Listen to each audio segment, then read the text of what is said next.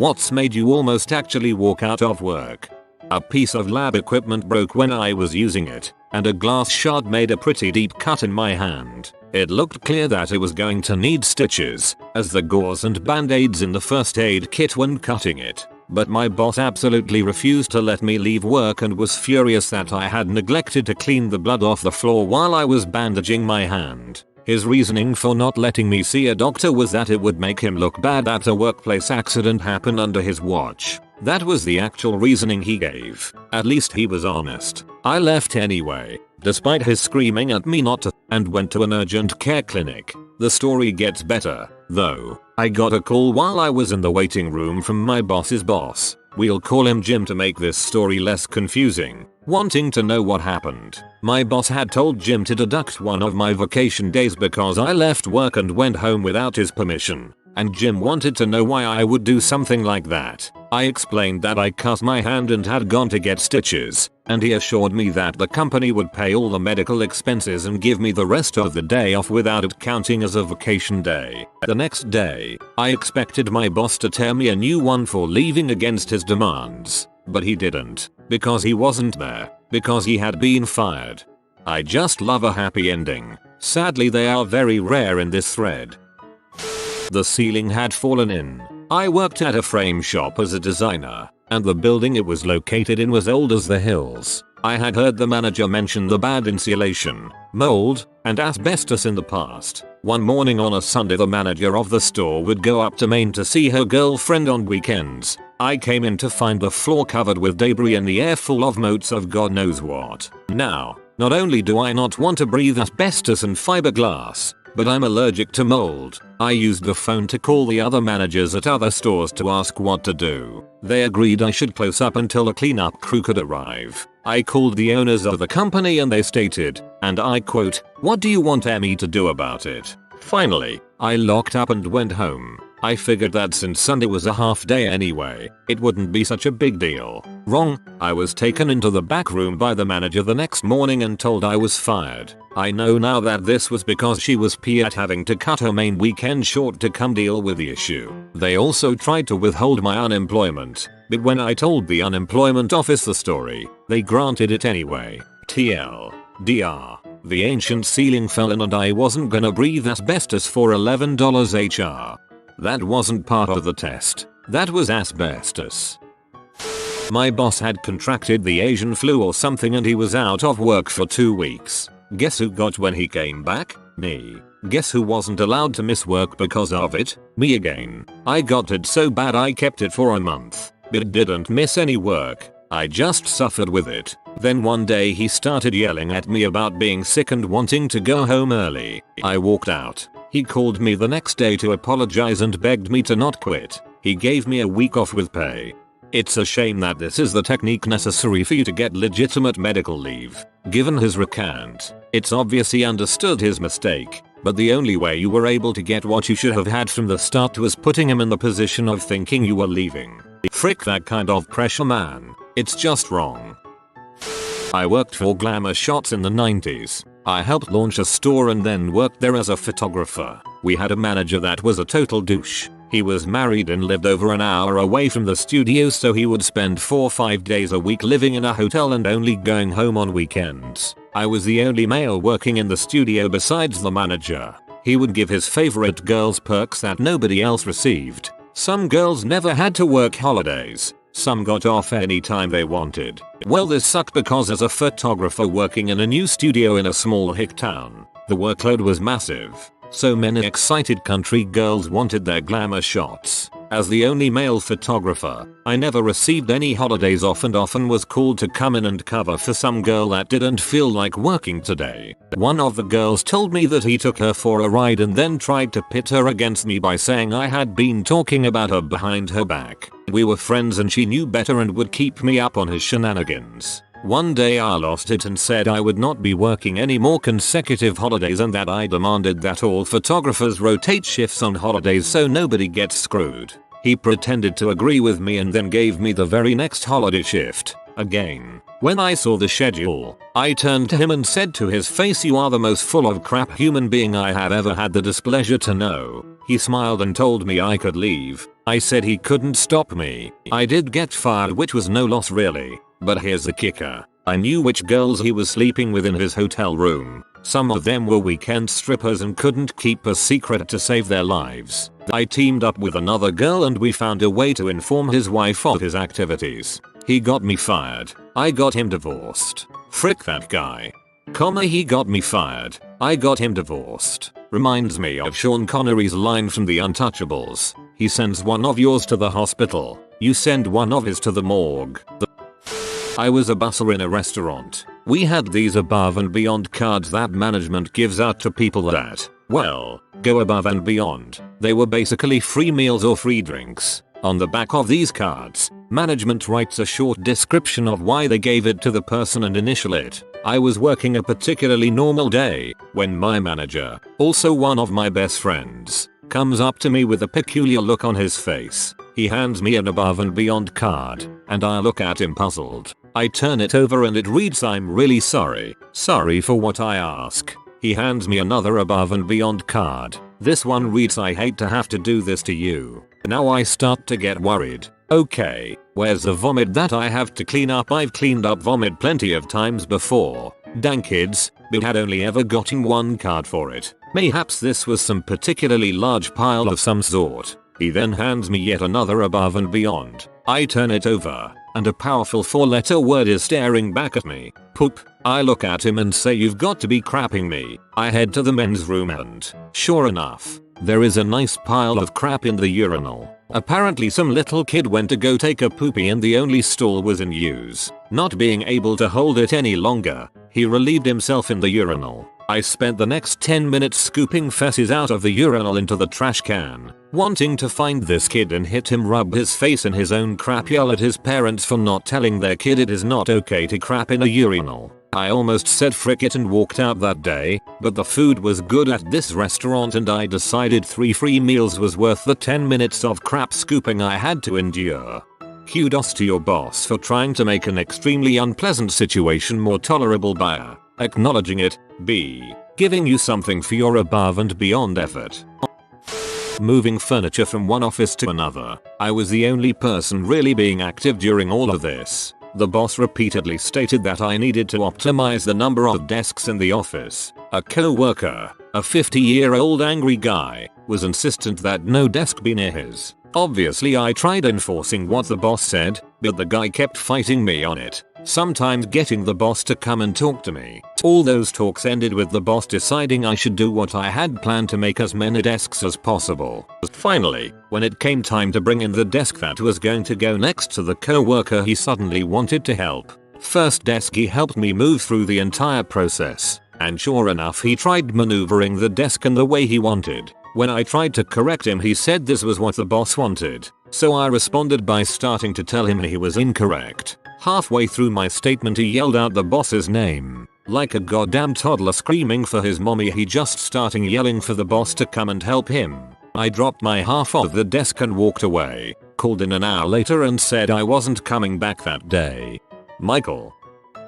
I was working as a stock person for a local grocery store. It was a fairly relaxed job, but the manager was a complete butt. He had a habit of not writing out work schedules for the week, so I would end up calling him on Sundays asking when I was supposed to work during the week. One Sunday he wasn't there, so I called Monday morning before school, at 7 AM. He was there very early to take in the weekly shipment and I was up for school. He asked me to come in that day and a few others. I told him that it was too soon of notice for today. He yells through the phone, "You're really starting to pee me off. If you don't want to work the freaking job, then quit," and hangs up. I'm P. Call back and tell him he's a crappy manager for not being able to write a dang schedule. He gets P. And I quit. His store eventually went bankrupt and closed. Feels good, man.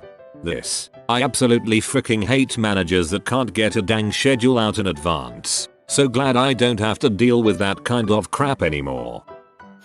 I got accused of stealing a car from the used car lot I once worked at. They said they were talking to the police about it, and they wanted to know where the frick it was and who I sold it to. I had nothing to do with any stolen car. I had a moment of panic. Then I got angry. Very angry. I told him I had no idea where his freaking car was or what he was talking about, but if he wanted a place to look he should talk to his freaking crooked salesman, like Jim selling coke out of the back office or Cody driving into work every other weekend drunk off his tea, or the other manager Dave that organized a sea and prostitute weekend for his married self and several other married engaged dating salesmen and how they were selling videos from that weekend to people. Maybe one of the buttholes that hotboxing the work van in the back of the lot every night. I spilled it all, just to let him know I have no problem telling all of the truths. He smiled and said, whoa Green River Thriller, I was just testing you. We lost a car last night and we're trying to figure out where it is. You understand? Frick you Peter, names have not been changed because this actually happened. I was waiting tables at a local Mexican restaurant. One of my tables had walked out without paying their tab, GRR, and in the process of doing so, had taken the ticket showing how much they owed with them. The restaurant where I worked had a policy where any lost ticket was automatically a $25 fine. Now that these sons of bitches had walked out, I knew I was going to owe the $25, but the cost of the lunch as well. Sadly, we weren't computerized, so there wasn't a log for anywhere for how much these people had eaten. But I had a pretty good idea. The owner found me cleaning the table, frantically trying to see if the ticket was anywhere in the mess the people had left behind. He then pulled me into the bar, still in front of people, to find out what was going on. I was honest, told him what happened and that I was willing to pay the fine and the cost of the meal out of my tips. That's when this guy started going ape crap bonkers on me. He raised his voice, started calling me a stupid bee, and ignorant bee, any kind of bee he could think of. He also accused me of letting the couple walk out with the ticket as a way to screw him over, and goddamn right I was going to pay. I was going to pay big time, especially considering what a stupid, ignorant, ugly, goddamn bee I was. I handed him my ticket book, gave him the finger, and let him know that no job was worth this level of bulls, and walked out the door. I was able to find another waitressing job pretty quickly, thank goodness. What I found humorous was the next day the manager, who liked me, called me at home and begged me to come back and work for them. I told him heck no. Wow, you're a better person than I am. That kind of verbal abuse is sure to get you 5 across the eyes from me. Good for you for keeping your cool and congrats on the new job. I used to teach for an inner city high school and have many stories about the crap I put up with there. The worst was when my mid-year evaluation came up and my administrator called me into his office. He handed me the piece of paper, which literally had a single oval around the column, 4 zeros all the way down the page. He had been to my class one time about a month into the semester and tried to justify his ratings by saying my students were a bit loud. I then tried to defend myself by showing him the things I was working on. I had definitely been trying to improve, since it was my first year, and asking him to come back to my class to see how much I had accomplished since then. He said he would not, and also informed me that I would not be given the principal's approval for certification. In my state, you can teach without a license as long as you are working toward it, no matter how the rest of the year went. I stayed way longer than I would have anywhere else because I genuinely liked my students. The final straw was when I got back my students' grades for their standardized tests, and they were higher than all of my colleagues. I went back to him to request that he reconsider freezing me out of my certification, and he just said it was a fluke. I felt bad for my students, but never went back again. I've never been so angry in my life. This is the education crowd. Hold people back and suppress ability. When I found out my boss and my wife, mother of my children, were having an affair and she was leaving me for him, still at the same job, 2+ years later, they're still together. I want to walk out every goddamned day. Alas, feeding my kids is more important than my pride. Should have checked if involuntary cuckold was taken before I made this throwaway. I hope everything works out for you. I worked at Safeway when I was 16 and it was the most soul-crushing job I've ever had. I worked there for a couple months and never complained. I almost walked out mid-shift when I got yelled at for skipping my cart's shift, which I didn't. I explained to them that I always bring the carts in, as it's the only time I get a reprieve from the crappy customers. I asked if the complaining was about Brian. My name is Ryan, and he said no. kept yelling at me. Lo and behold, it turns out it was Brian whom the complaint was about, and I never got an apology, and the write-up was never revoked. I continued for a few weeks, and then informed the manager that I wasn't going to be able to work Sundays anymore, because I was entering a tutoring program and needed that day, and only that day off. He then informed me that the only reason he worked me was to work on weekends, never mind the fact that I worked almost every weekday in addition to weekends, that I can't have that day off, and I would have to make a decision between work and school. Well, since I'm not a dumb, I picked school. I was going to finish my shift up and then give my 2 weeks, but then everything just kind of hit me. I hated the job. I hated how I was treated. I hated the way the manager expected a 16-year-old kid to pick a job at Safeway over school. I hated the customers, and I hated most of my co-workers. I put the last bag of groceries in a lady's cart, told her to have a nice day, and walked out the door mid-shift. I didn't tell anyone. I didn't even take my apron off. All I did was go up to the new guy who was working carts, introduce myself, shake his hand, and tell him I'm getting the heck out of there. They still scheduled me for about 2 weeks before they got the picture. TLDR. I quit Safeway mid-shift, took a massive crap on the conveyor belt, slapped my manager and made out with an elderly woman while we rolled around in our crap and pee. Being told at 2 AM that I had to pick my boss up at the airport at 3 AM because the guy that was supposed to do it decided to get drunk instead of sleeping. The admin at my school decided that if any students are caught with their cell phones on school property, then the school has the right to confiscate the cell phone for the rest of the school year. Period. No warning. No parent conferences. No parents able to come in and get the phones back until the end of the school year. So if on the first day of school Johnny's parents are late to pick him up and Johnny takes out his phone to call them and find out where they are, then a teacher is supposed to grab the phone, give it to the admin, and the student will not get his cell phone back until June. When this policy was announced, I wanted to stand up, turn my back, and leave. I commented to a co-worker that the school does not have the authority to claim rights over students' personal property and there are many reasonable alternatives, like the parent has to come pick up the cell phone and have a meeting with the administration. This co-worker was pissed at me and exclaimed something along the lines that I need to support our administration above all else. Have the parents send the monthly cell bills to the school, or call the cops for theft of personal property. I have always had bad lungs and I did some late night swimming one night before work the next morning. Well, that entire next day I was slowly developing bronchitis. It was my first job at a grocery store, but they were very strict. My work pace started to slow down and I reached for my inhaler. My boss saw me taking my inhaler and began to chew me out for using drugs in front of customers. I tried to argue back but my lungs seized up and I lost consciousness for a few minutes. When I got back up I had a crowd around me. My boss then told me to get back to work and finish my shift. 3 hours. Everyone looked at him, and I up and left. Bro, what a freaking dickhead. C deserves a clip around the ears.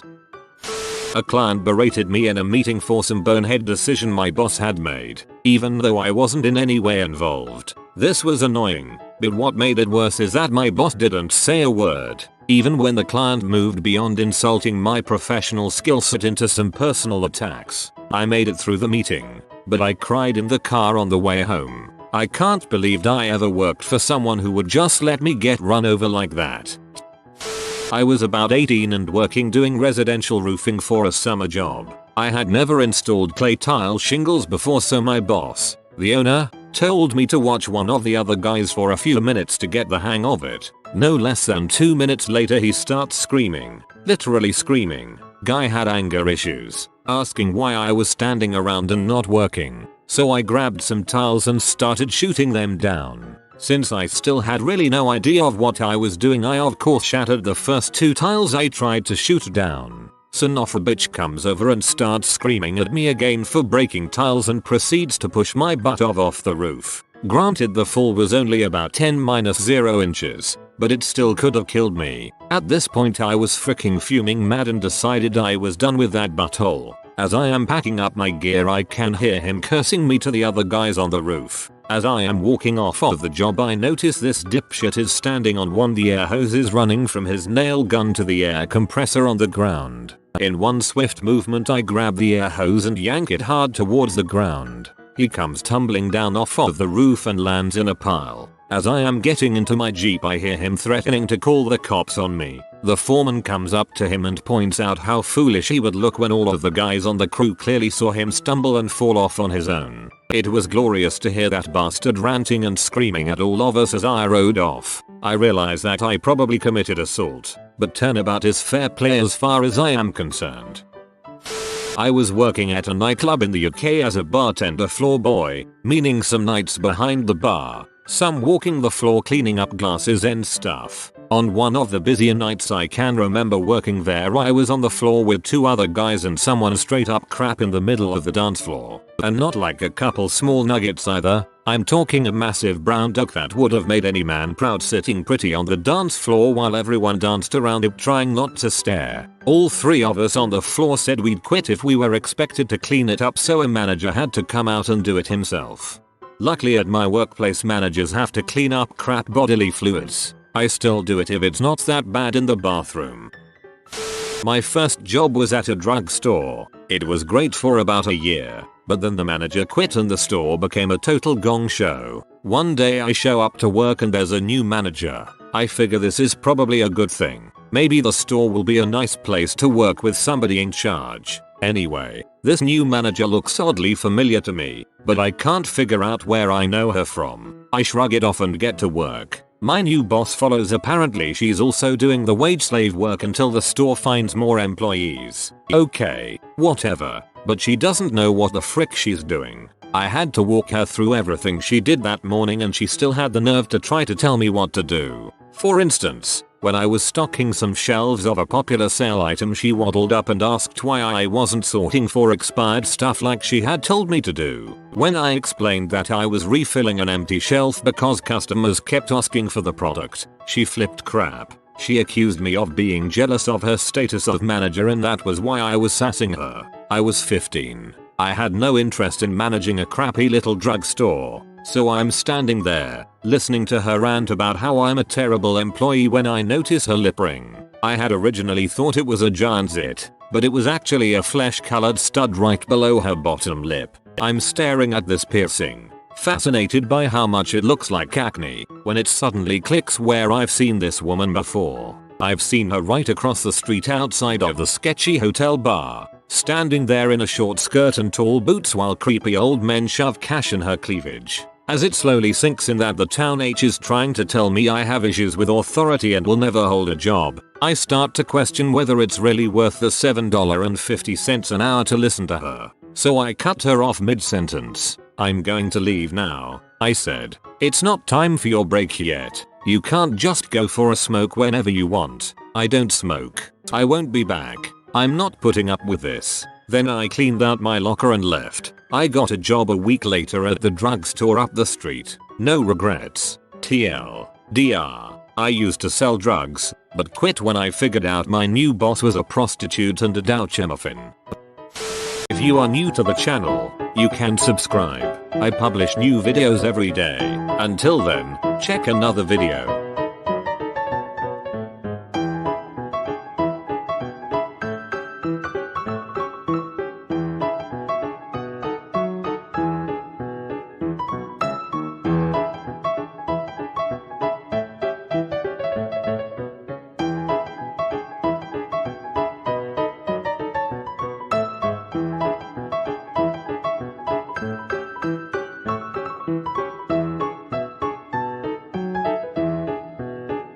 Bye for now.